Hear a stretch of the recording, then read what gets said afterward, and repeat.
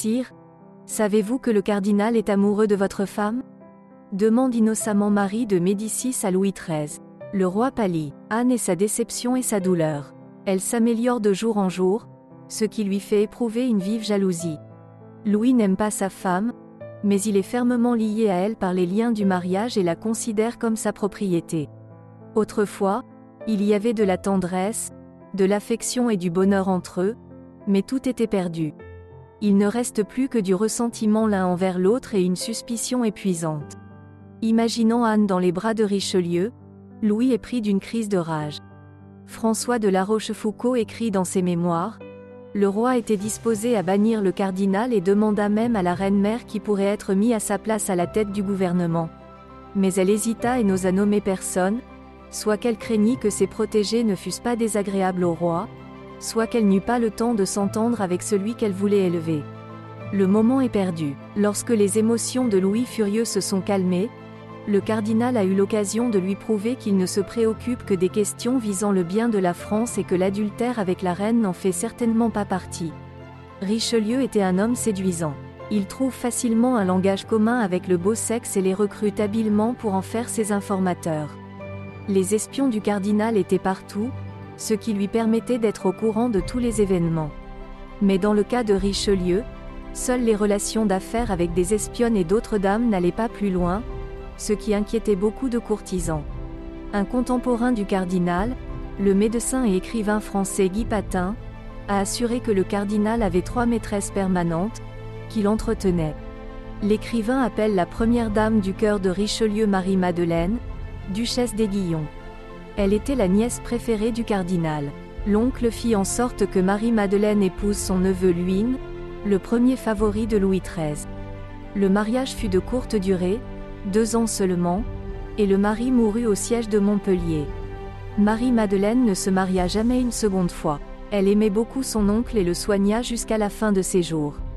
Comme Madame d'Aiguillon était toujours près du cardinal et ne voulait pas s'occuper de sa vie privée, des rumeurs se sont répandues sur leur relation. On ne veut pas les considérer comme de simples parents et on leur attribue une liaison amoureuse.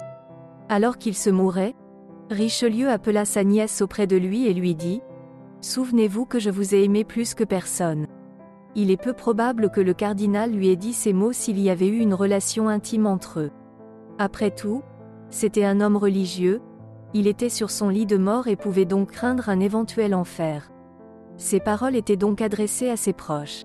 La seconde dame considérée comme la maîtresse de Richelieu est l'épouse du maréchal de la Meilleraye, Madame de Brissac. Le maréchal possédait une armurerie. Talman de Réau écrit: sa femme était belle et chantait très bien. Le cardinal de Richelieu s'est pris d'affection pour elle. Or, il avait constamment des affaires à régler à l'armurier. L'engouement, selon l'écrivain, était purement platonique. Un jour, Madame de Brissac se rendit compte que son mari était très affligé et jaloux, et elle décida d'aller voir sa mère en Bretagne pour quelque temps. Pendant son absence, le cardinal se désintéresse d'elle. Mais c'est l'avis de Talman de Réau. Guy Patin, au contraire, pense qu'elle est tombée dans les bras de Richelieu. La 3e amante du cardinal est la belle courtisane Marion Delorme. Ils eurent plusieurs rencontres, mais on ne sait pas ce que furent ces rencontres.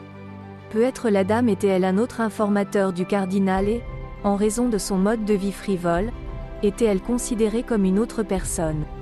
Quant à Anne d'Autriche, le sage et prudent cardinal n'aurait jamais noué de relation avec elle, pour la simple raison qu'il considérait qu'il était de son devoir de veiller au bien de la France. Il a pu devenir Premier ministre du pays et avait un pouvoir énorme pour ne pas tout perdre au nom d'une affaire douteuse.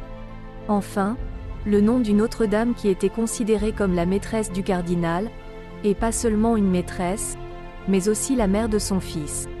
Il s'agit de Madame Boutillier, née Marie de Bragelonne. Cette rumeur a été lancée par le cardinal de Ray.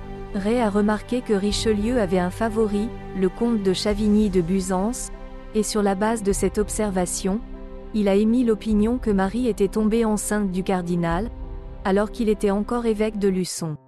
Cette théorie me semble peu probable. Merci de votre attention.